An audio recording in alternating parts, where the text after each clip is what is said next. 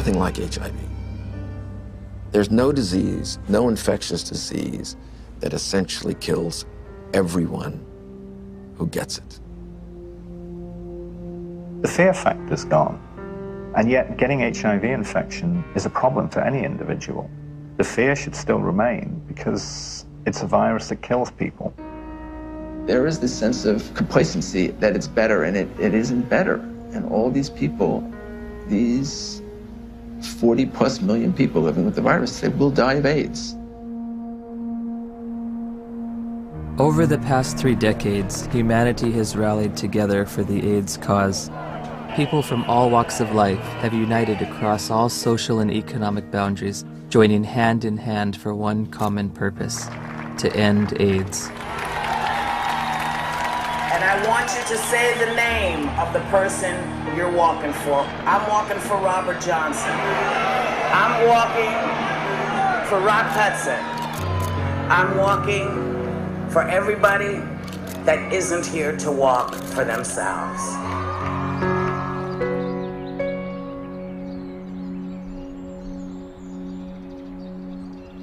The statistics are growing, all except for one. That's the amount of people cured, and it's still 0. In theory, we could cure AIDS on a piece of paper. Maybe someday it'll come. I can't say when. Despite all the major progress we have in chemotherapy of those patients, none of these patients got rid of the virus. I don't think the pharmaceutical industry is very interested or invested in a cure. You know, I don't mean to be too cynical, but the reality, I think, is that, you know, the situation they've got now, which is lifetime treatment with expensive drugs, that kind of suits them pretty well. A cure is going to require some very tricky and sophisticated molecular biology, and I frankly don't see it happening. Ever? Ever.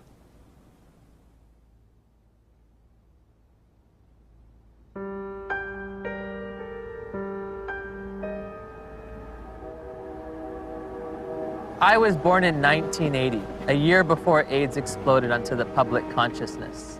I grew up beneath its shadow like a child raised under the threat of the mushroom cloud. You might say I am a member of the first HIV/AIDS generation. I've never known a world without it. This film is an account of my journey through the shifting sand surrounding HIV/AIDS. AIDS has been front-page news for nearly 30 years. Yet how much do any of us really know about HIV and AIDS?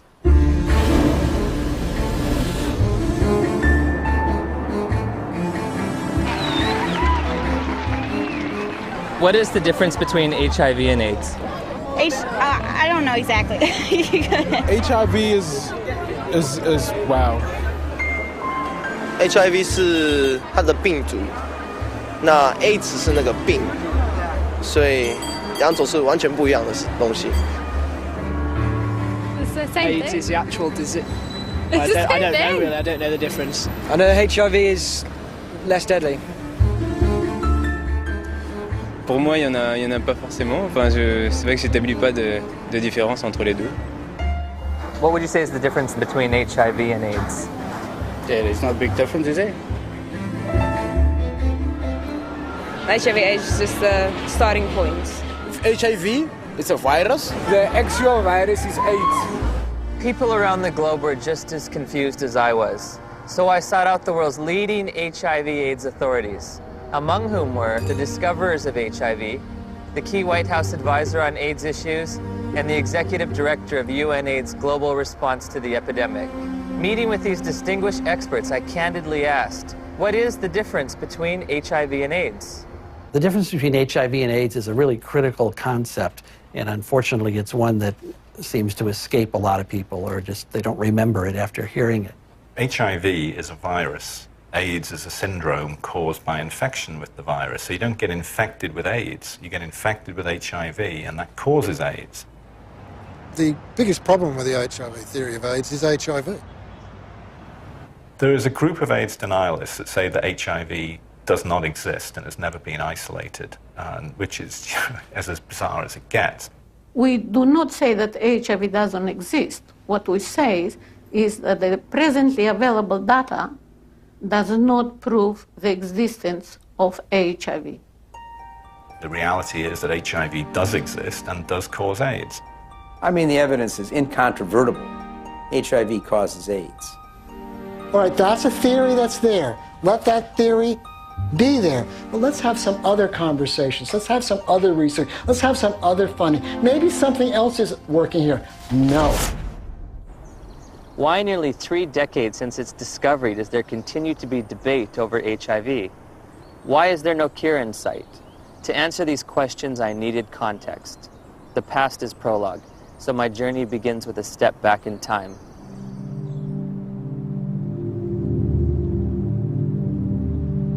The National Center for Disease Control is reporting more cases of 2 rare and deadly diseases found in homosexual men.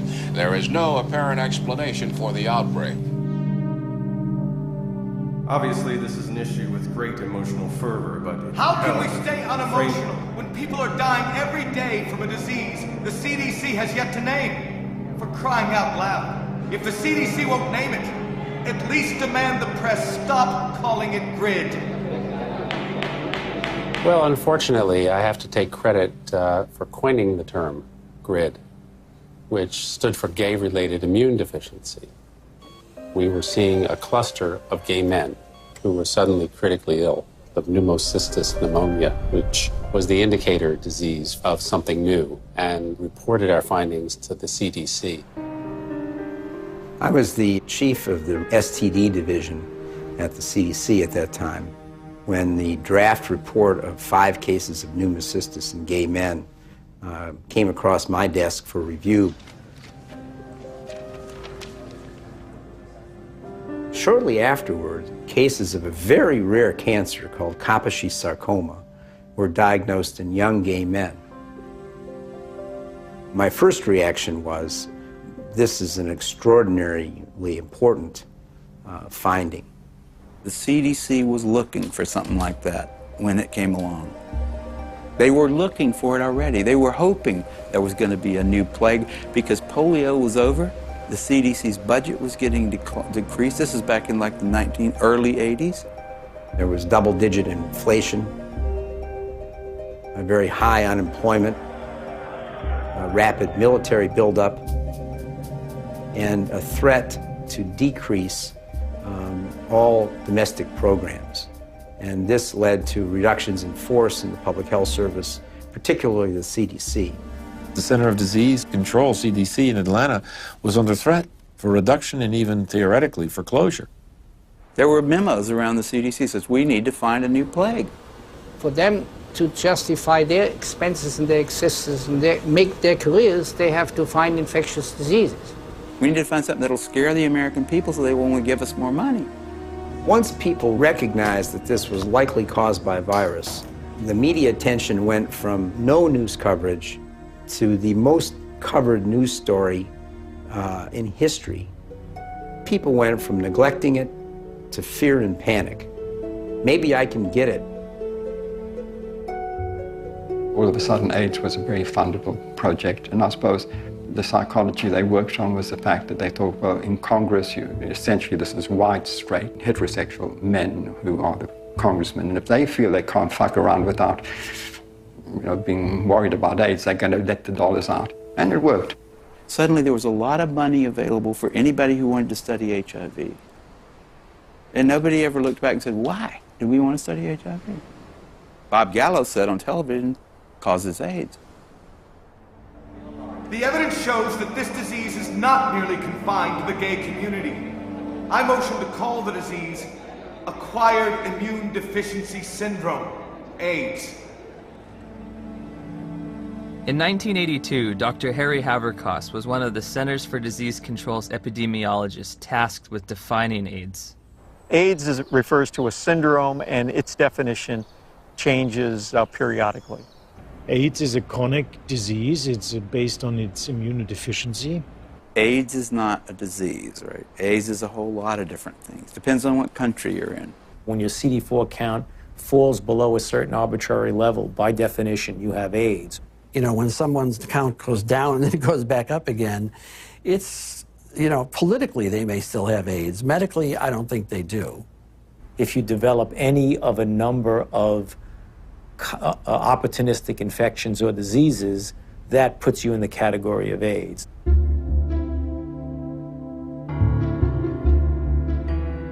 We don't even know what AIDS is. AIDS is so hard to define because they change the definition of it every year. The definition of AIDS has broadened over time. It was revised in 1985, and then again in 1987. The changes in the definition have been political. Every time they change the definition, the numbers go up. The definition has changed many times. The biggest change was probably in 1993, which they then, added the CD4 count and HIV, and, so you could not even be ill, but if you had a CD4 count consistently below 200, you now had AIDS. A closer look at the Centers for Disease Control's documents reveals that AIDS numbers actually declined in 1993, but a retroactive definition change increased the estimates by more than 100%. The more diseases they could lump into this AIDS syndrome, S stands for syndrome, the better the chances are they get patients under that umbrella, the more patients they could catch. As time goes along, definitions get used for a variety of issues, and some of those are not based solely on scientific decisions, but politics and capitalism and reimbursement comes into play. For example, a person with hepatitis C, even say here in San Francisco, if you got hepatitis C and only hepatitis C, you're shit out of luck.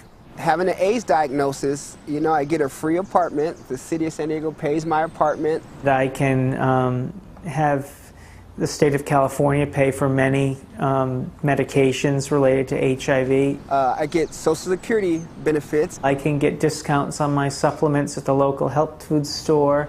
I also get food stamps and in-home supportive cleaning services. So I was basically a healthy person walking around, and yeah, I had all these wonderful little perks, You get all these benefits, that we fought for and got, but the end result has been a sort of an imbalance. We succeeded, and I'm glad we did, but it is a little unfair. Politics, insurance, capitalism, benefits, you can be sick or healthy.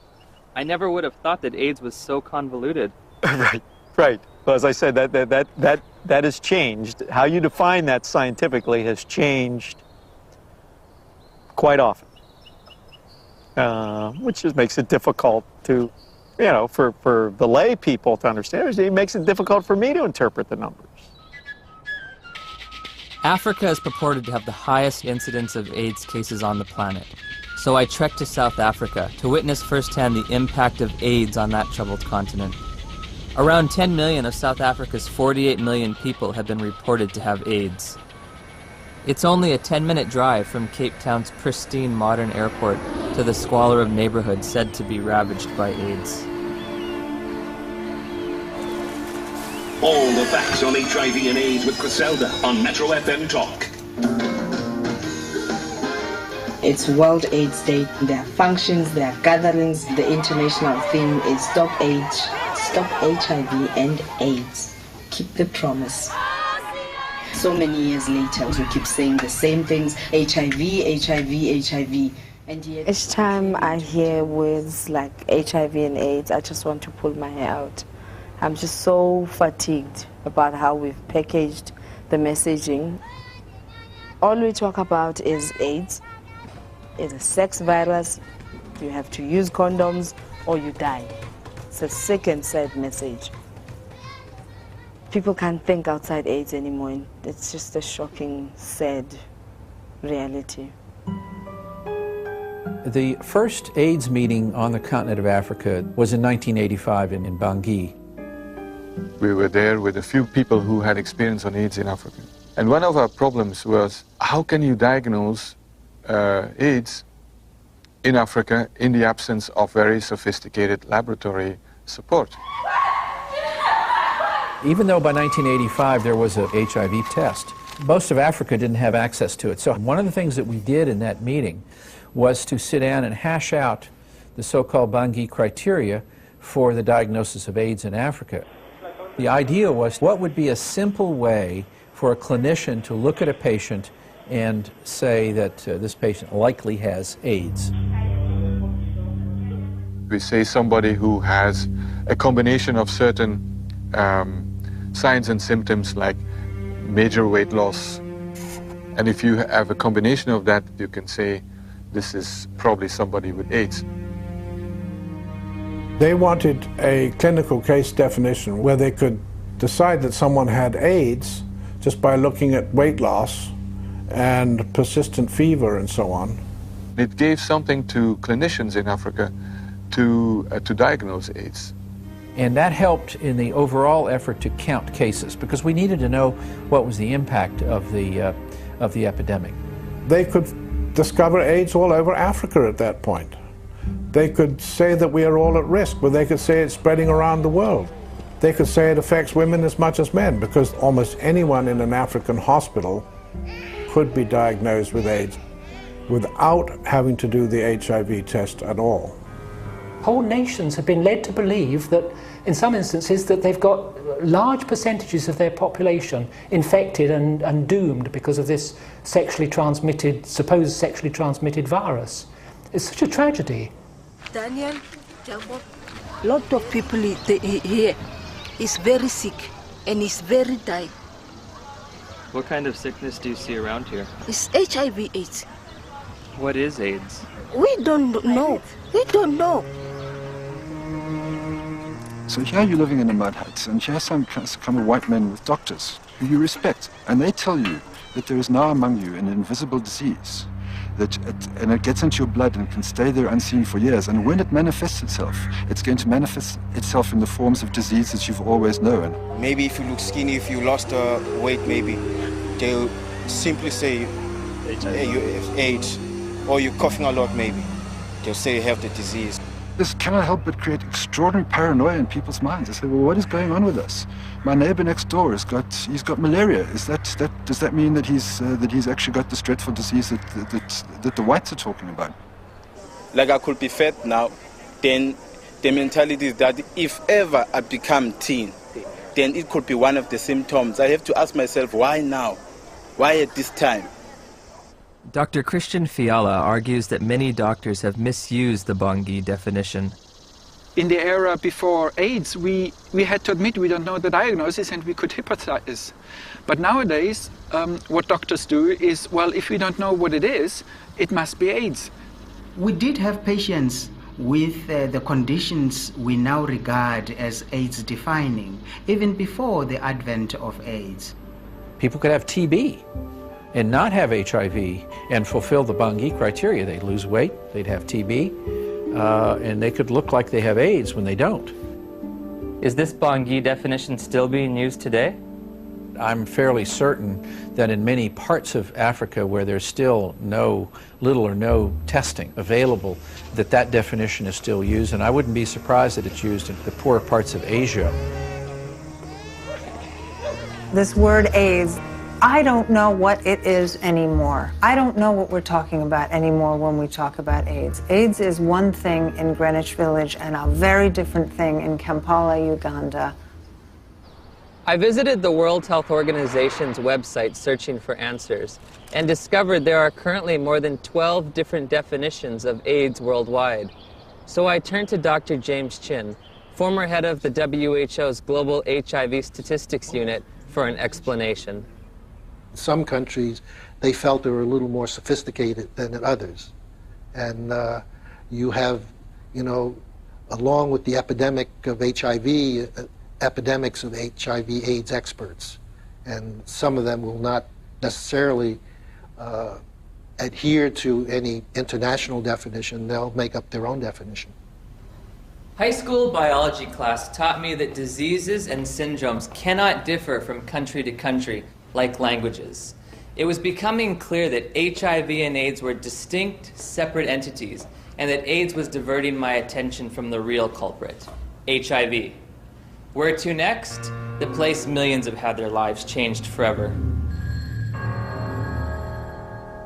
She says, we have your test result, you need to come in and get it. And I was like, tell me now, Cheryl. she was like, Kim, we really need you to come in and tell me. I said, then I know it's positive, Charlotte. You would just tell me over the phone. And she's like, Kim, don't panic. You can still have a normal life. I can still remember his face. I can remember his eyes. And all he said was, I'm so sorry. I think you should put your affairs in order, and you might have 5 years. I said, Cheryl, I have to get off the phone right now. I have to go tell my dad. He started crying. This isn't the way it happens in the movies.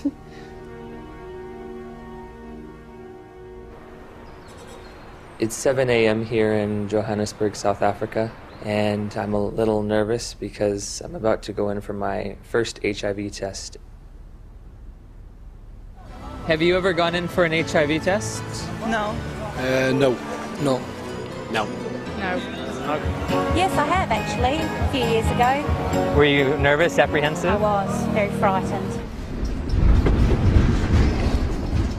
The nearest testing center wasn't in a hospital or in a doctor's office, but on the main concourse of a bustling train station, beneath a few portable tents.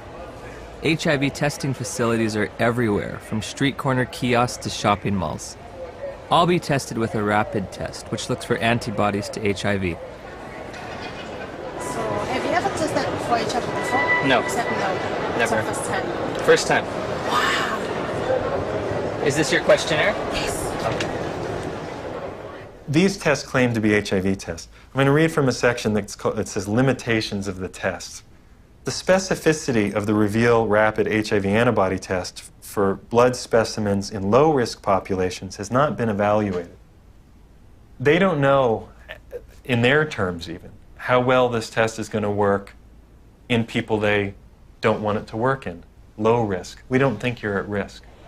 Tell me about your sex life. My sex life? Us? Okay, since you haven't exposed yourself, blood, sex, right. You're not homosexual, you're gay, you know your story. Yes. Let us go and find out.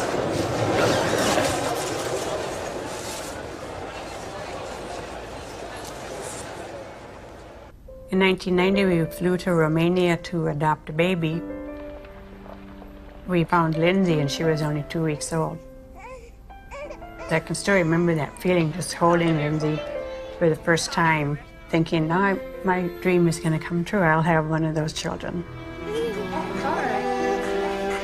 Before we left Romania, we had to make sure that she didn't have HIV. We had to find a doctor, and he did the test, and it came back negative. We flew home just after Christmas, 1990, and thought we had it made.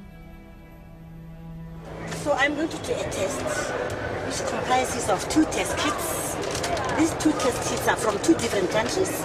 Why you are putting them being 2, you want them to confirm each other. Can they be 2 different outcomes? Then this one is a determiner, which is going to give us the final results. Can I just ask you something, as someone who's a little nervous? Okay. It seems like if this is positive and this is negative, my life hangs in the balance on whatever this one is. Yes. But how do we know that this one's accurate when both of these were inaccurate? This one has been tested to be the one that is going to take out the results that are correct. Oh, so this one is more accurate than these 2? Yes, according to what we have learned. So why don't we just use the more accurate one to begin with? Well, you know what? What if now the more accurate one has a discrepancy? How are you going to find out? I don't know. Rapid tests in Germany, it's not allowed for standard diagnostics. May I ask how come you don't use rapid tests for standard diagnostics? Several professional organizations who decide as an expert committee on guidelines how to do things. None of these responsible societies recommend it for scientific reasons. We always say to our clients, even if you have tested here, you can go to other centers and go and test and verify your test. You cannot say you're 100% because you find clients going from area to area doing tests. And they come with stories that I was negative at a certain area, I'm positive with you. How do they decide whether they're positive or negative? We cannot tell because we are using a rapid test. It occurred to me that perhaps the HIV epidemic is reported to be so widespread in South Africa and other poor nations simply because they use these inaccurate tests. There's the saying that if you knew how what sausages are made of, most people would hesitate to sort of eat them because they wouldn't like what's in it. And if you knew how HIV/AIDS numbers are cooked or made up, you would use them with extreme caution. I decided to investigate HIV testing protocols used throughout the developed world. When we're testing people for HIV, the first thing we do is a screening test, and it's usually a test called the ELISA. But there are also now available rapid assays that can be used as screening methods. Because they're faster. And we all know faster and cheaper is more efficient. If an ELISA is positive, it does not mean that the patient is HIV positive. That's a problem. If we're using antibodies as a screening test to tell who's infected or not, very occasionally you can get false positives. So screening tests by themselves should not be used as a definitive measure of infection. That's why we use a screening test to pick up all the cases, but we use a confirmatory test to eliminate any false positives. Take it easy. I'll pierce at the side. It should be emphasized that most of the developing world uses only screening tests to confirm an HIV diagnosis. There are no confirmatory tests. Time now is 25 past. At 22, the results will be out, which is going to be 15 minutes. 9 days after returning home, Steve and Cheryl's pediatrician ran a battery of tests on Lindsay, including an HIV test, even though Lindsay had tested negative for the virus in Romania. Dr. McHugh called us and said, we run into some problems with the testing that you did at Methodist Hospital, and you'll need to come right in and see me. I said, well, what is it? She says, well, I'm not going to tell you over the phone. I said, I need to know exactly what this is. He said, we got bad news that she tests positive. And he said, she'll have a 20% chance of living to age 2. That was just a shock. Just a shock after all this joy and happiness. We finally found our daughter, and I'm dancing around Romania, and now I come home, and it's like somebody could just stab me. And then I had to call my mom, and that was the worst phone call I've ever had to make, because I even remember saying, that poor girl, she's just not gonna make it. So that we don't have to go to somebody and say, well, you might be infected, but it might be a false positive. We do a second test. That's a test usually called the Western blot. In 1992, when I was told by my doctor that I was HIV positive, that was only a verbal admission to me. She didn't give me the written paper that came from the lab that tested my blood. I found out that it says this indicates possible infection by virus. There can be mistakes from the antibody test, and there are conditions that can cause the test to be inaccurate. Now that I've got the package insert for that test kit, it says positive results using any specimen type should be followed with additional testing. But this is the test that they use to confirm with. This has a margin of error done properly that's extremely low. In other words, it's one of medicine's better tests. I don't think the Western blot is a useful diagnostic test. I don't think it's worth doing. Did he give a reason?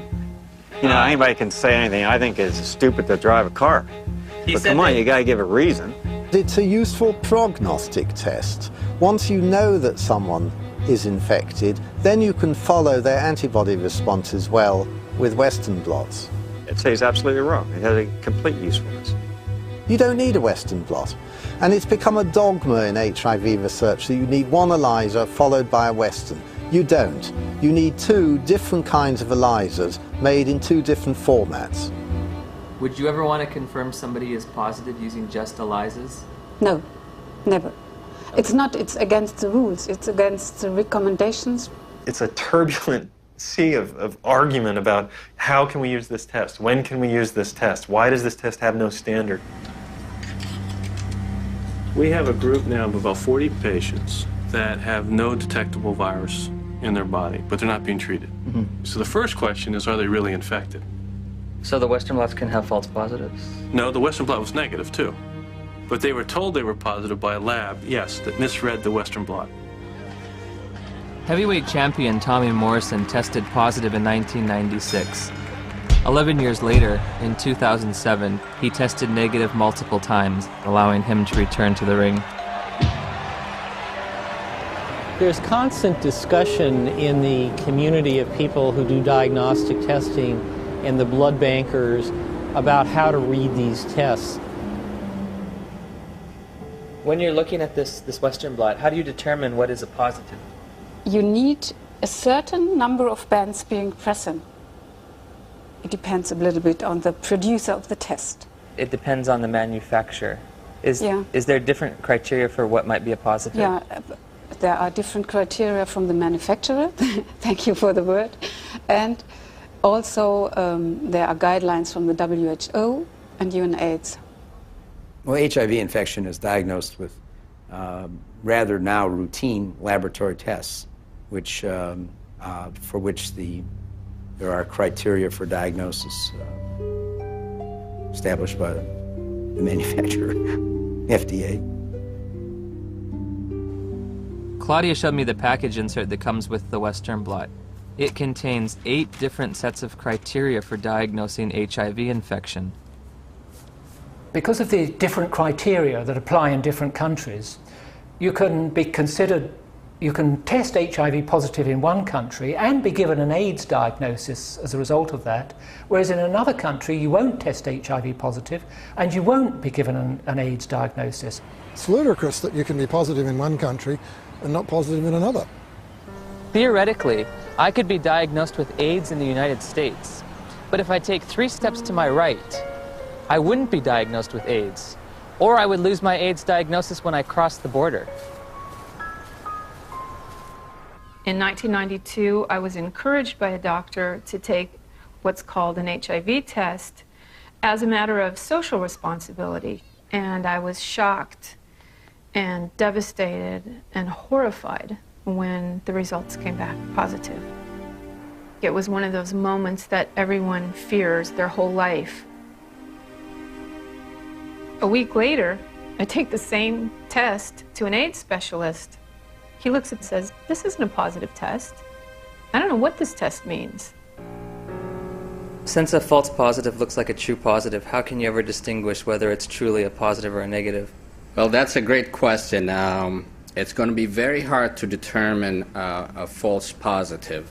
So I take the test again, and this time my results come back marked from the lab indeterminate.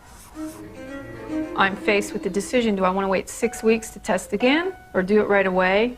I opted for right away. My results that time come back positive. Took it again, came back negative. I took it again, positive.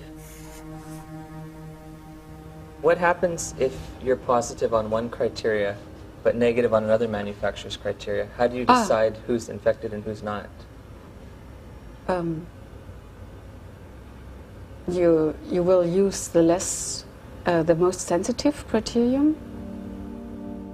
In late December of 2007, I read about new legislation passed in New Jersey calling for the mandatory testing of pregnant women or newborn infants should the mother's status be unknown. HIV mandatory testing, to me, is a no-brainer. I'm very much opposed to the concept of mandatory testing of any population because the tests are scientifically shown to be unreliable and inaccurate. You have no reason to fear this bill. And my hope is that eventually this will become a federal law so that every woman in this country would be tested. But HIV testing isn't an absolutely precise science. When I confronted my doctor about that, she said, we're way past Western blot now. We have the viral load test. But when you get the package insert for the viral load test, it says, if you test positive, you are considered confirmed infected with HIV. But at the bottom of the page, in fine print, it states a person should have additional testing. It does not allow you to tell a single person on this planet that they are HIV positive. And it's a scandal that this test continues to be used. So again, I'm asking, where's the test? Where's the test that can confirm a diagnosis of HIV infection? And I can't find one. I have the package insert from the manufacturer which they supplied me with. And under limitations of the test, it states that risk factors should be used in conjunction with the test. Has a person had sex? Have they used drugs? Have they had a blood transfusion? And then in conjunction with the test, not the test alone, but with the test, then you decide whether the person is positive or negative. Do the answers to these questions help aid in the diagnosis? Of course they did. Really? They do. Now, if I tell you that the test you took was lousy and didn't mean a thing, does that make any difference for everybody to hear? It'd make a difference for me. Yeah, I know. How can we say that HIV is the cause of AIDS when we don't know, based on current tests, whether or not anybody diagnosed positive actually has HIV? President Thabo Mbeki will officially open the AIDS conference tonight. Delegates here are hoping he will finally separate himself from the AIDS denialists. We remain convinced of the need for us better to understand what would constitute a comprehensive response in a context such as ours, which is characterized by high levels of poverty and disease. As I listened and heard the whole story told about our own country, it seemed to me that we could not blame everything on a single virus. I thought this man must be an idiot. Everyone in Africa is dying of AIDS. I know this because I read the New York Times. It's beyond doubt. Rion Milan was hired by Rolling Stone to investigate and debunk President Mbeki's misguided ideas. Where to begin? The numbers. My very first action, I opened Johannesburg's Yellow Pages. I thought that I could illustrate this with a scene that began in a coffin factory in Johannesburg, where workers are working overtime trying to create caskets for these mountains of people who are dying of this condition. And I discover that in the midst of what UNAIDS says is a plague, is that half of the coffin factories in Johannesburg have gone bankrupt. In South Africa alone, it's about 1,000 people dying every day from AIDS. If you're an advocacy agency and you perceive low numbers to be bad, your bias may be to accept higher numbers even if they're not scientifically sound. I know Jim Chin quite well, and I was the chairman of the steering committee on epidemiology of the global program on AIDS in WHO when Jim Chin was in charge of epidemiologic estimates. And we could never get information how the WHO estimates were made then. So we were very critical in these days because we felt it was not based on enough evidence. It's possible that he didn't read the materials we sent him or he didn't understand them, but we did send information to anybody that wanted to know about the estimates because they were pretty transparent. In an attempt to get to the bottom of the statistics debate, I've come to Geneva, Switzerland to look at the World Health Organization's official numbers. And what we found, there are no numbers, only assumptions and estimates. How are the monies divvied out to states for AIDS prevention or AIDS treatment? How is government monies sent out to different states and communities? The more AIDS you have, the more money you get. Exactly. The AIDS buyers have a vested interest in maximizing and squeezing the data to get the worst possible scenario that they can out of it, because the worse the situation is, the more compelling their fundraising claims are. When UNAIDS was created, about $250 million was spent on AIDS in poor countries. 10 years later, it's $10 billion. That's an unprecedented increase. Still not enough. When that was created, the first thing Peter Piot said was that UNAIDS is an advocacy agency, pure and simple. And this was my first objective when I came into this job, and that was put it on the political agenda. He divested himself of all of the program aspects and the scientific aspects of AIDS. This is not a scientific issue. This is a matter of politics. Except one unit. He kept sort of the numbers unit.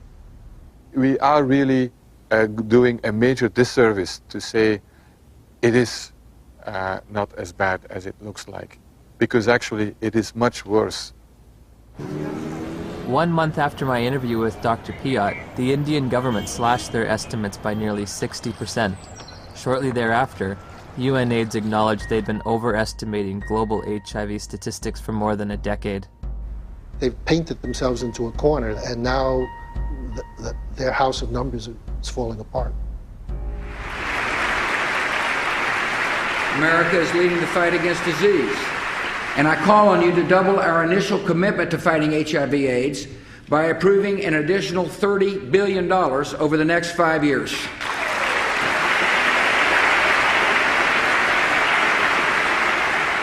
Noble corruption, misuse of statistics, in order to convince people that there's one hell of a problem out there, guys, and we've got to go and do something about it.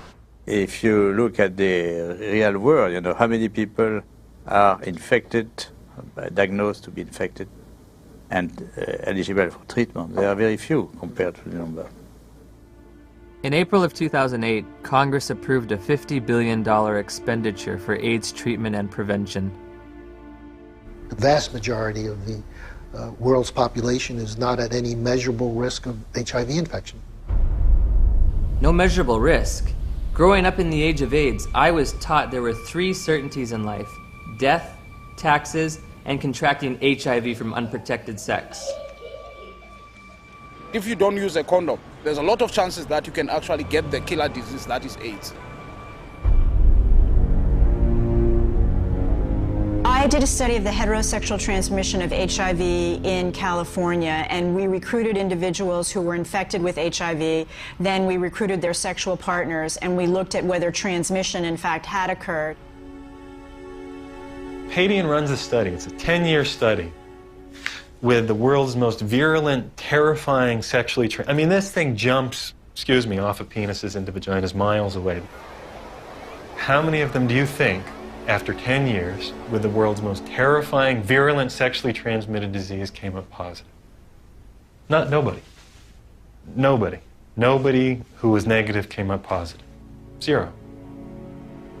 I think HIV is more difficult to transmit than than a lot of, probably most other sexually transmitted diseases.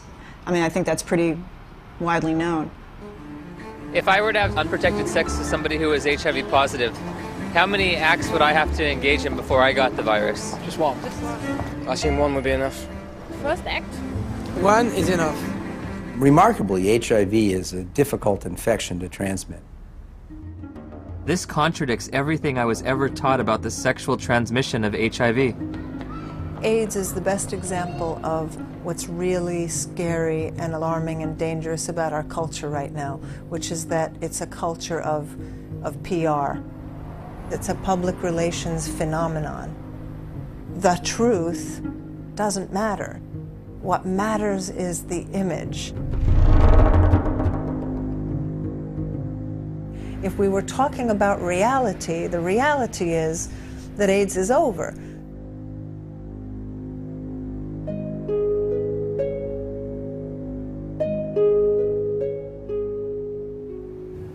Somebody decided in the early 80s that there's this infection called HIV. And upon deciding that, I don't think it was debated enough.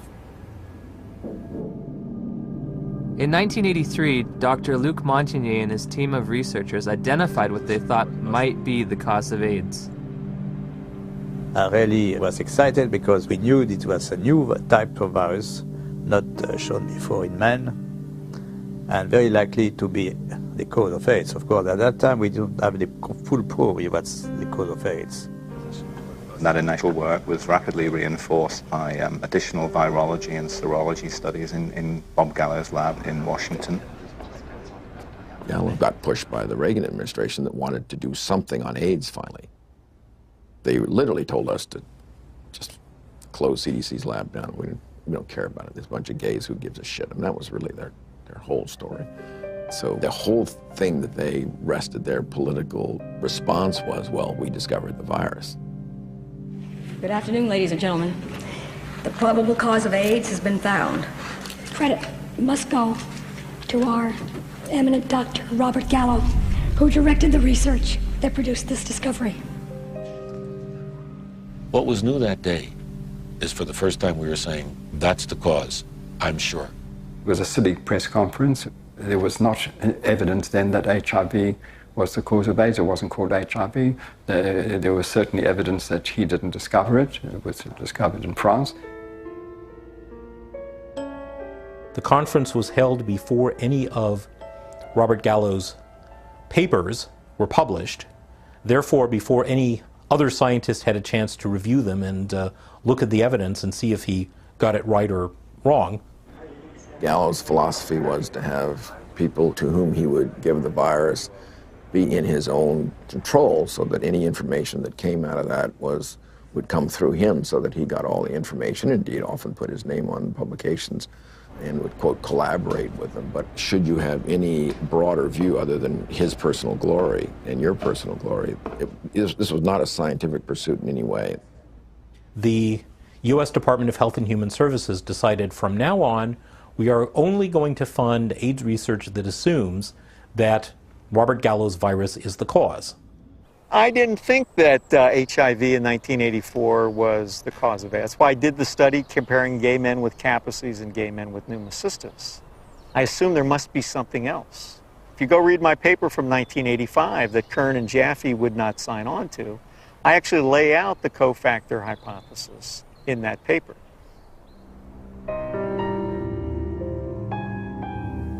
I'm a promoter of the role of cofactors in AIDS.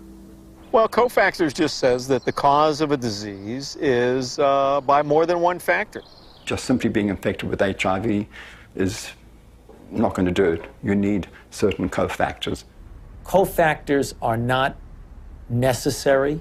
Dr. Fauci would say HIV causes AIDS without the need for anything else. That's kind of ridiculous. The data that indicate that any different type of infection like mycoplasma or something like that is a necessary cofactor, I believe those theories have been debunked.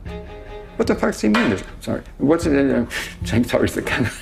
What does he mean that there are no cofactors? Where's he coming from? There's cofactors for everything. Cofactor implies something specific. And it really gets us off into tracks that are wandering. Gallo isn't gonna change his mind, but he's probably 70 years plus now. He's gonna remember things. Yeah, we all remember things that are good for us, and we forget the bad things. The cofactors are important to really understand how people get ill, why they get ill. What is asked of an AIDS journalist is to deny an existing reality, which is a strong, growing body of dissent on a scientific question. In August of '92, my dad had just read his latest National Review, and there was an article in there about Peter Duesberg, a maverick cell biologist. He said he didn't think HIV caused AIDS. To deny that this well-identified, well-characterized virus is linked with AIDS is, to my mind, just potty. He said, I can't replicate this in my office. I can't get this virus to do anything.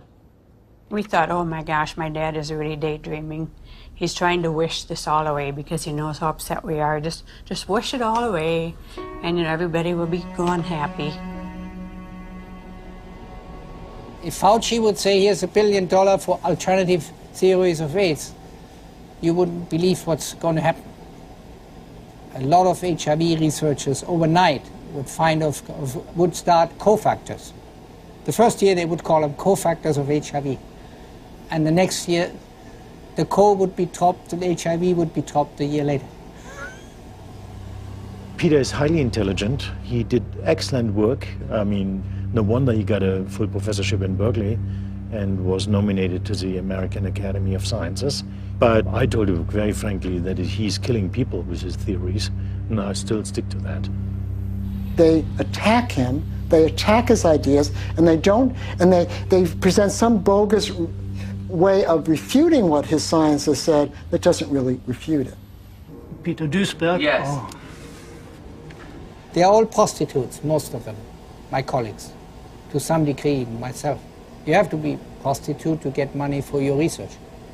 You're trained a little bit to be a prostitute. But some go all the way. In light of all this scientific uncertainty, I asked Dr. Fauci for evidence linking HIV to immune deficiency disease. When you put the combined findings of the initial characterization as a distinct retrovirus isolated by Montagnier and his group, together with Gallo linking the virus to being the cause of AIDS, and they put those things together, and that's how we have a confirmation of the causative agent of AIDS, namely HIV. Still unclear about the evidence for HIV's existence, I decided the best way to verify it would be to actually see it. I asked Dr. Hans Gelderblum, a world-renowned electron microscopist, if he thought there was any reason to question Dr. Montagnier's published images. I've seen these publications, stamp-sized images. It's a nuisance. It's a nuisance. You do not really see much. When we saw that photo, we said, suggestive, but not convincing. Dr. Gallo, 1 year later, published photographs he claimed to be of HIV. Were his any better? These pictures were not so impressive. They were not much better than Montagnier's images. It's one thing to look like, and another thing is to be a virus. In 2002, I stumbled across an article by Valander Turner and Andrew McIntyre of the Perth Group in Australia, and it questioned whether there's ever even been found a virus. I became consumed with researching this. I could read from morning till night every day, and every link to another link, and I would email to these people and say, where's the test? I want to know. Am I dying? Am I contagious? And they weren't even very kind. They were just like, read our articles again. How many times do we have to tell you there's no test? It is crucial to understand that an AIDS diagnosis is forever. It cannot be reversed or alleviated. The stigma attached to people knowing that you have it and are living with it is worse than actually living with it. I can't think of anybody who's ever been evicted from their apartment because they had breast cancer or because they had cerebral palsy. I did a campaign to address stigma. The message is that if anyone is infected, we are all affected. Some have it medically, some have it socially, some have it culturally. And at the end of the day, if it exists anywhere, it exists everywhere. We don't all have AIDS. And once you start bullshitting, it's a problem. You know, we don't all have AIDS. We all have to be sympathetic to AIDS. And yes, there's all kinds of people who get HIV infection.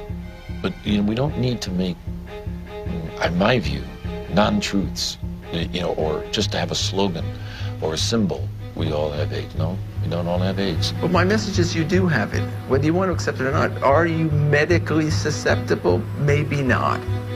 But are you socially vulnerable? Yes. In June of 2007, the BBC featured a news story which began, HIV infection theory challenged.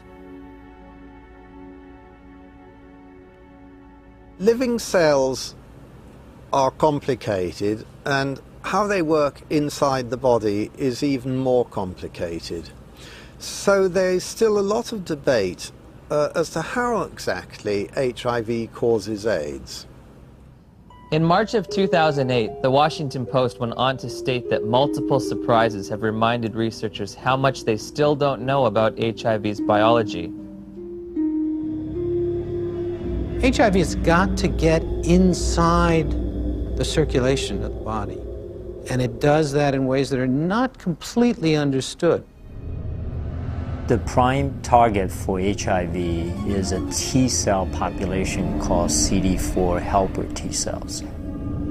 The way that the virus gets into the target cell, it fuses its membrane to the membrane of the cell. I don't understand the fusion process. I don't think anybody completely understands it. We have a relatively poor understanding of how viral proteins interact with proteins in the cell. How come our antibodies aren't able to keep HIV in check? It's an excellent question. That's one of the great stumbling blocks. They can't prove that HIV is the cause of AIDS, okay? They cannot prove that HIV is the cause of the collapse of the immune system, no matter how many scientific journals says it is. When you go to the basic research, it doesn't prove it. We are almost convinced that there is other factors that are involved in the loss of CD4 cells, and we don't know yet all the mechanism. How HIV depletes the T cells so an individual advances to AIDS is probably due to multifactorial elements. One is it will kill the cell eventually that it infects. HIV does not necessarily kill the cells that it infects. Some T cells are directly killed by HIV, and other T cells keep the virus in check. It's a silent state within the cell, and I think in many cases these cells can return to a normal function. Can that cell return to a normal state? I don't think so. When I was told I was HIV positive, I accepted that on a very deep level, but only by having the courage, the open minds, and the open hearts to answer these questions. Are we ever going to know how to help people, how to do what we need to do to help people? In late 2007, Science Daily reported that 3 prominent research teams had published papers in the Journal of Immunology challenging the theory that the sudden loss of T cells triggers disease and AIDS. The details of HIV pathogenesis, how HIV kills people, are still being worked out. If the sudden loss of T cells in HIV-positive individuals can't explain why people get disease, then there must be cofactors that cause people to get sick and die, or factors that have absolutely nothing to do with HIV. While researching HIV hotspots, I began to realize there is a direct correlation in these places with another condition that leads to immune deficiency and death. I think it is important to keep in mind, especially for us in the West, that poverty is not a romantic issue. It is a deadly issue. Poverty leads to diseases and premature death, period. When you look at the symptoms that they talk about, for people that are HIV positive, you find that some of them, they are more related to malnutrition. Their nutrition is not very equilibrated. They are in oxidative stress, even they are not infected with HIV. So their immune system doesn't work well already. People are hungry, they're underdeveloped, there are no hospitals, there's no proper medical care. You take away poverty, you're giving people an ability to fight infections. These are toilets. Yeah. We don't have flushing toilets. When flies get into the toilets, they actually come back to touch our food, you see. And look, we need to take that food. And we don't know which infections are there. So how do you expect people must survive in these places? Look there.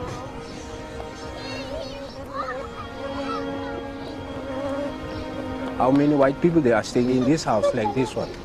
In Cape Town is different. You go to suburbs, you see the suburbs is different from our places.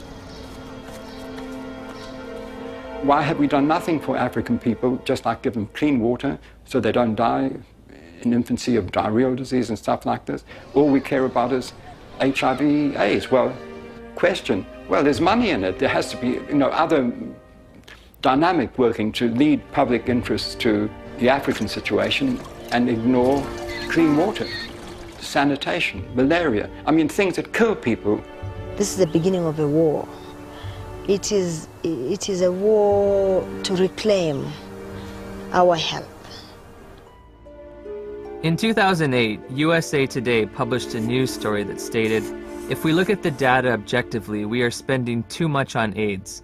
About $10 billion a year is spent on AIDS, while 2 billion people live with no sanitation. 1 billion lack access to clean water. And malnutrition kills someone every 10 seconds.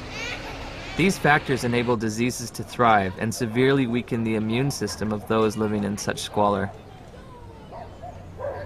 If we were to take all that money and put it towards developing poor countries, God would be so proud of us, indeed, because we would have taken away the major challenge that's facing humankind, and that is people dying in silence. It's slow, painful deaths from being scared of something that was just packaged as aid. Could it be that the real epidemic is extreme poverty, not HIV? On the other hand, HIV allegedly occurs in the United States as well. So I looked for alternative causes of immunodeficiency in this wealthiest of nations. There are other ways you could produce a condition that looks like AIDS, but they too will be some source that causes a severe defect in the immune response. 19 million Americans now, 19 million are taking illicit drugs every day. But we don't talk about this. This is politically incorrect. There have been a number of theories as to what the origin of HIV/AIDS is. One of them was a theory that certainly turned out to be completely incorrect, that it's a lifestyle phenomenon. There's a large epidemic of STDs in general in the late 70s, and particularly in gay men. In San Francisco, New York, Los Angeles were meccas of the new lifestyle, which came from the liberation in the post-Stonewall era. The more partners you could have, the more you were striking a blow for gay lib. I remember talking to one of the people who was at the forefront of that lifestyle. It very much felt like if he did have another bout of syphilis or gonorrhea, whatever it might be, that it was like a notch, a victory notched up for his right to exist as a gay man. I went on a vacation to Los Angeles, and it wasn't that wild, but one night I went to a bathhouse. I came home with, get this, at the same time, syphilis, gonorrhea, and 2 forms of parasites. I have no views about that, in a judgmental kind of sense, but certainly from a public health point of view, that's kind of a prescription for disaster, because AIDS first occurred in these men who were not healthy for reasons that were obvious to everyone. You're talking thousands of partners, sometimes hundreds, per month, lots of antibiotic use, lots of drug use, and the result were people were getting pretty sick. There's a drug called amyl nitrate that was developed in the 1850s and 60s. Came in ampules, and they became known as poppers because you'd pop them when you open these ampules up to sniff them when you had coronary artery disease. The first AIDS cases, for example, that Mike Gottlieb reported were all 5 gay men. They were young. They all used poppers. Poppers, something you walk around huffing all night. I mean, it says flammable, fatal if swallowed on the side of the bottle. They're walking around huffing it all night long. Why? Gives you a great rush. Poppers was a sex drug.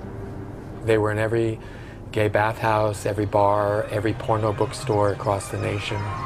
Poppers were visible on the dance floor in the discos.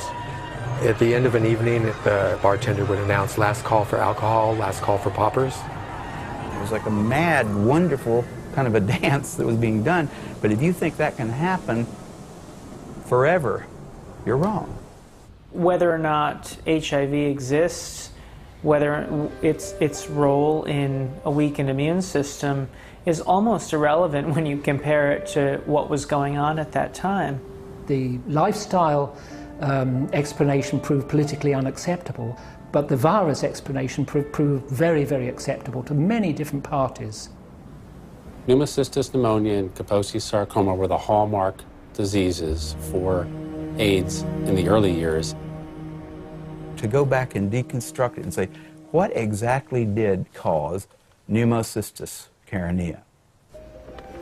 I remember the first patient that I ever saw, my resident brought me to see a young gay man with pneumocystis pneumonia.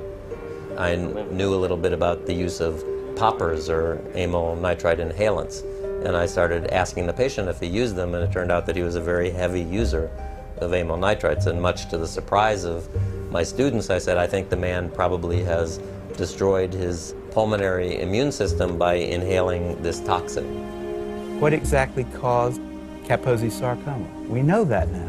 It was amyl nitrite. We saw KS decline, interestingly parallel to the decline in popper use. We now know that Kaposi's sarcoma is caused by a second virus, the human herpes virus strain 8. To rescue comes another virus. As always, when you're in trouble, you find another virus. If one wants to look at really what causes this, we've got to look beyond just HIV and just beyond HHV8. Calling it a disease, see? And to give it that name, AIDS. So everything's included under that, and you don't have to just say, I mean, if you just said, you know, these people are getting a lot of weird diseases, all kinds of diseases, it wouldn't have had the same impact. It was much better to say, there is a infectious organism on the loose in America, and it could get you.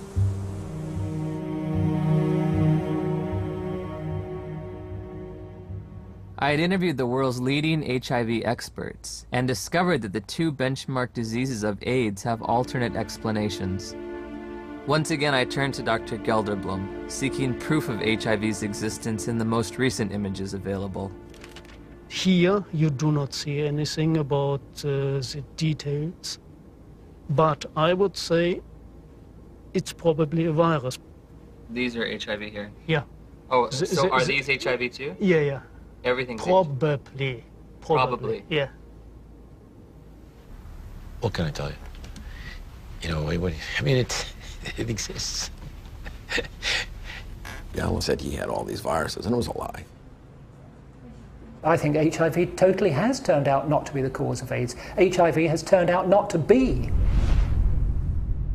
Gelderblom's images, said to come from isolated HIV cultures, provided no proof for HIV's existence. So I asked Nobel laureate Dr. David Baltimore and Dr. Robin Weiss how they would isolate and photograph this elusive virus. Well, didn't Dr. Gallo do that? I mean, he actually isolated it, so... Yeah. I mean, why should I do all of this? This is all textbook stuff you're asking me. I'm not quite sure what's behind your question about isolation. I don't want to be your textbook, you know? I got other things to do. They're embarrassed. The scientists have been embarrassed about this. They know that it's flawed. In 1987, the CDC made two mind-boggling changes in the definition of AIDS, which are in effect today. You can be diagnosed with AIDS without ever having an HIV test.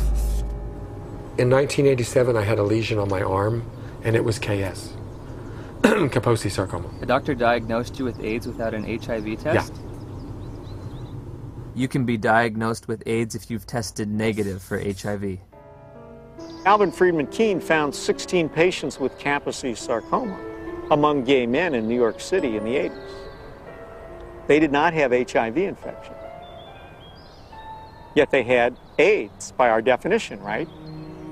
In a World Health Organization publication, Dr. Chin writes, "It should be emphasized that the surveillance definitions for AIDS were not intended to be reliable indicators of HIV infection."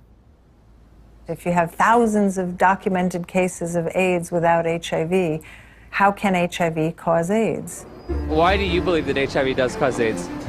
Because that's all the information that I've been given. Because we've never been taught anything different. We have read it, heard it. Because that's what the scientific community has told us. Scientists are supposed to observe, experiment, and reason from what they observe. They're not supposed to grab hold of an idea and cling to it and adjust everything else in their perceptions to fit that idea. I think an HIV positive test means that your life is forever changed. You have a whole new battery of things to consider for yourself. What does it mean to me? It's very hard to find anyone who supports you when you say, I don't think I'm going to die of HIV or AIDS. The typical model of HIV equals AIDS equals death. How invested am I going to be in that model? Everyone who's infected with HIV would like to deny it. I mean, it's a bad prognosis. It means you're going to take drugs for the rest of your life, et cetera, et cetera. So there's people who want to say, I'm one of the people who tested positive, but I'm not going to get the disease. Do I start treatment? Treatment meaning the antiviral drugs, if ever. We started taking Lindsay to a doctor at the Children's Medical Clinic. She gave us a prescription for retrovir syrup, which is AZT. It was so important for us to get something to help our baby that we sat on the floor in the pharmacy and gave her first dose. Shortly after Lindsay began AZT treatment, side effects began to emerge. Her eating habits changed quite a bit. She didn't eat well. She was hard to handle at the table. And then the leg cramps started. Once that started, it got progressively worse. She would just grab him and go, ow, you know, screaming in the middle of the night. Just like it was up. It wasn't an ache, it was like, must have been sharp pains. It just made you feel sick to your stomach. Any drug active on HIV will be toxic because it's not 100% specific on the HIV enzymes. When we switched over to the university, then the dosage of AZT went up, and that's where she started flattening out on her growth chart. The doctors would try to put a positive spin on how well she was progressing. It was mainly in the T cells that weren't always a positive situation. Yeah, the T cell count would go down, and then the doctors would say, well, maybe we better raise that AZT dosage, get that T cell count back up. We were going, I think it's kind of making her sick because she doesn't want to eat. She's having leg cramps. And they'd say, well, it's the HIV, and that's what it does. It's all part of the package. The treatment causes a very similar condition we would expect from an AIDS patient. That's why nobody noticed that there was something wrong with the treatment. I remember in 1992, after I first tested positive, I became involved in an organization called Women at Risk. There were 11 of us at the time on the board and involved in the group. All of us except 3 were on the medications. In the year and a half that I was involved with Women at Risk, every single woman in that organization on the drugs died.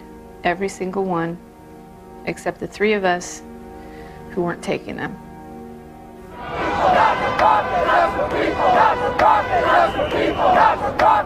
We weren't just given handfuls of AZT, we demanded it. AZT, where is your humanity? We considered the FDA not giving us these things as being anti-gay instead of being responsible. And so we went and we lobbied and we pushed for all these things, and we didn't think clearly about what it was we were asking for. It's like that saying, be careful what you ask for, it may come to pass. That's the very reason why everybody believed HIV is a deadly virus, because the HIV positive patients at that time got a deadly treatment. Despite the billions spent on the drug, tens of thousands of people with AIDS have died. And now a growing number of studies are questioning the drug's usefulness.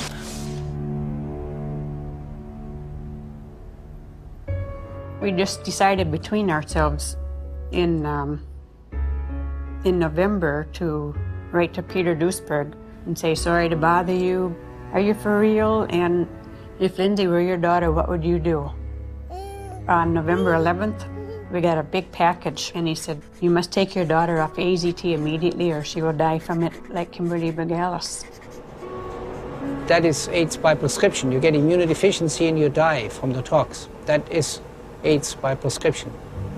When AZT became widely available in 1985 and 1986, I cautioned my patients not to jump on the bandwagon and start being treated. I didn't want to see my community poisoned by an ineffective therapy. I think in retrospect, the dose that we started with AZT was a dangerous and poorly tolerated dose. Nobody wants to realize what was the real effect of this overtreatment. That means that we killed a whole generation of AIDS patients.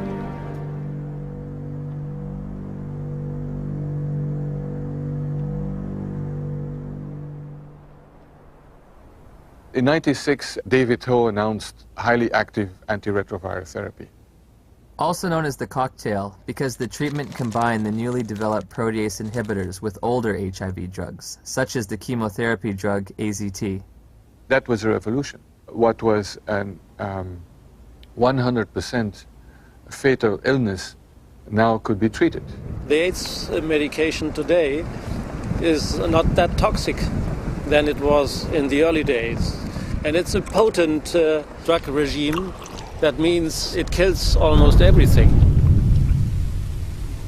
I play around with treatment interruption because I think the drugs are toxic. And if I do the drugs continuously without interruption, I think that they'll have a cumulative damage. In the years that we've been using the cocktail, we've found that there are lots of side effects. In South Africa, I spoke to a couple of pharmacists specializing in HIV treatment. How often do you see side effects in patients? Yeah, all the time. All the time. Almost all the time. We saw the lipodystrophy, the buffalo humps at the back of the neck, then the lipoatrophy, which is the loss of fat in the face and the arms, giving people a very gaunt look. The risk of heart attack seems to be increased in people on these drugs. With what we have now, the side effects eventually are going to outweigh the benefits. So patients really do better for the short term, but in the long term, they die also. In 1994, Audrey Serrano tested HIV positive. While initially healthy, she was prescribed AIDS drugs which nearly killed her and left her scarred for life.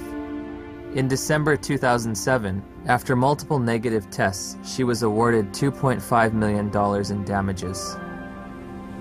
Some people are very fortunate. They don't have these side effects, but many people do. So prolonged treatment is impossible. I know people that are like horses, have no impact with some drugs, no side effects, and somebody else falls apart. The new generation of antiretroviral drugs are less toxic. They can be more tolerated. But for how long? I agree. We cannot give a treatment for life. It's not like insulin, you know, it's something which is toxic. Has a patient ever died from the side effects? Yeah, sometimes it happens. AIDS drugs are all classified as black box drugs. A black box drug is the most severe warning that our FDA will put on a product. It means you could die taking this because other people have died taking this. My sister Joyce was my best friend. She's a great mom and just a very lively person. In 2003, Joyce found out she was pregnant with a second child.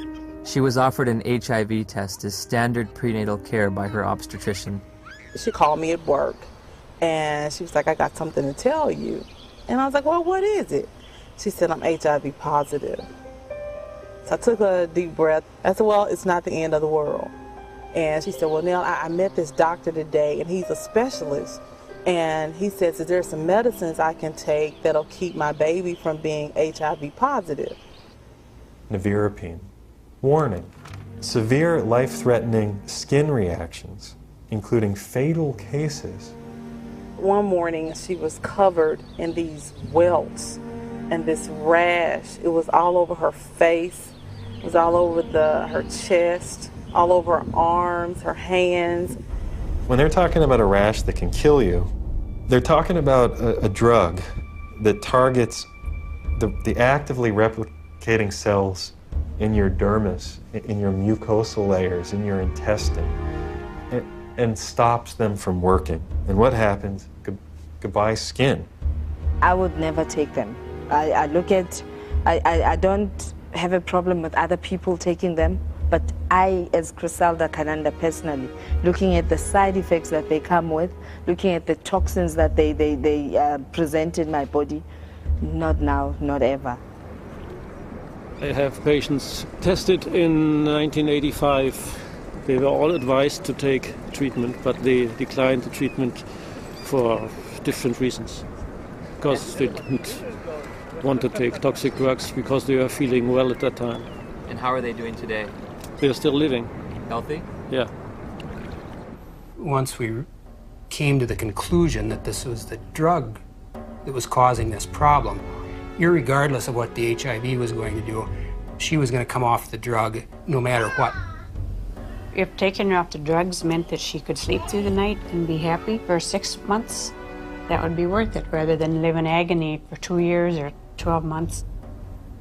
You hear a lot of doctors, you hear a lot of educators in AIDS, you hear a lot of people talk about it is probably the drugs that are going to kill us before the disease does.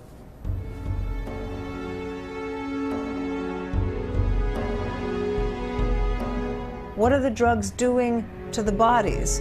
They're putting the bodies into coffins. Before my sister started taking the drugs, she was healthy.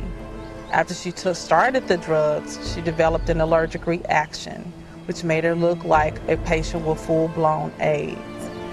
She was admitted to the hospital. She continued to spiral down. And within 37 days from her first date of taking the medicine, she was gone. When news of Joyce's death reached the NIH, emails were exchanged between the director of the AIDS division and an ethics and safety officer.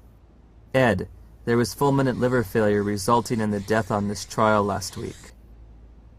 Ouch. Not much we can do about dumb docs.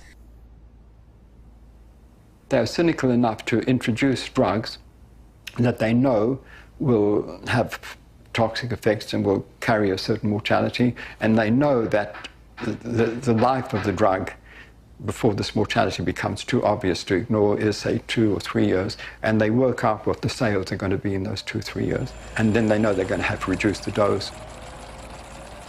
Joyce has 2 sons. Jamal he's in his senior year of high school this year. Sterling will be 4 years old. And in my mind, they were robbed of their mother.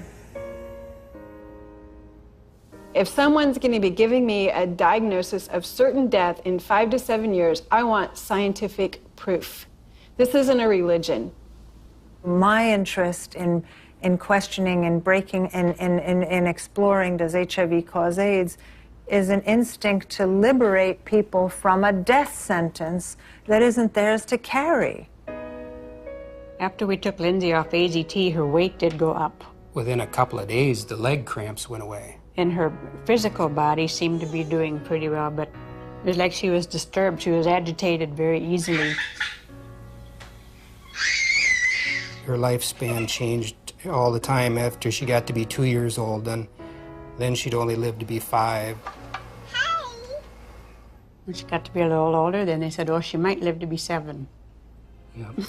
I definitely wouldn't live into double digits, and that's just was our life then. Although Lindsay was on AZT for 22 months, she made a full recovery from the pernicious side effects. Lindsay will be 19 in October of 2009. Because it's been surrounded from day one with so much emotion, so much fear, so much psychology, so much drama, very few people are capable of looking at AIDS logically. We can be exposed to HIV many times without being chronically infected. Our immune system could get rid of the virus within a few weeks if you have a good immune system. If you have a good immune system, then your body can naturally get rid of HIV. Yes. If you take a poor African who's been infected and you build up their immune system, is it possible for them to also naturally get rid of it? I would think so. It's very easy to get people to think the right thing if you get the right on the tablet the first time. But once something's on the tablet and you gotta erase it and put something else, it's very hard to get people to think differently. The victims of HIV and the dedicated professionals combating it deserve our sympathy, compassion, and respect. However, at journey's end, I find myself perplexed, bewildered at times with an overall feeling of dismay and sadness. I found a research community in disarray over the most fundamental understanding of HIV, all the while presenting a monolithic public posture of authority and certainty. Bluntly stated, we have tests that prove nothing, remedies that kill, and statistics manipulated to the point of absurdity. 90% of global HIV corresponds to areas of great poverty and squalor. Ironically, while we may have been pursuing a phantom killer, a shape-shifting assassin, perhaps the real enemy has been hiding in plain view, clear as day, and as old as time.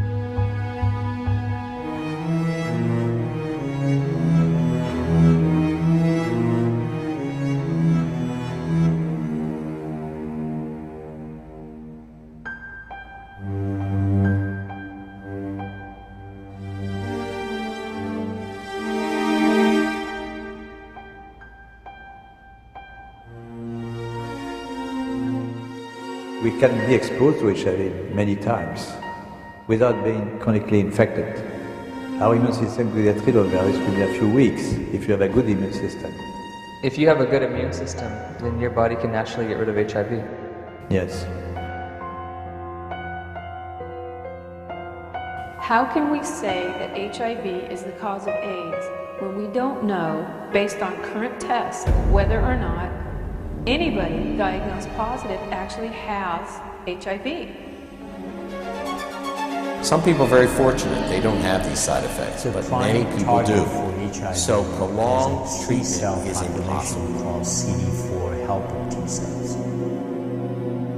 What the fuck does he mean? What's it in there? It fuses its membrane. What does he mean that they know cofactors? Where is he coming from? There's cofactors for everything. To the membrane of the cell. There inside the cells, virus grows and makes more of the cells. Gallo isn't going to change that. It's probably in the circulation. Finds other CD4 He's cells going to remember infect. There is an ongoing battle. Cells die. The body will replace those cells that die. But there's not an infinite capacity to use cofactors are important. This battle between HIV how people get ill, why they get ill. What is asked of an AIDS journalist is to deny an existing reality, which is a strong, growing body of dissent on a scientific question.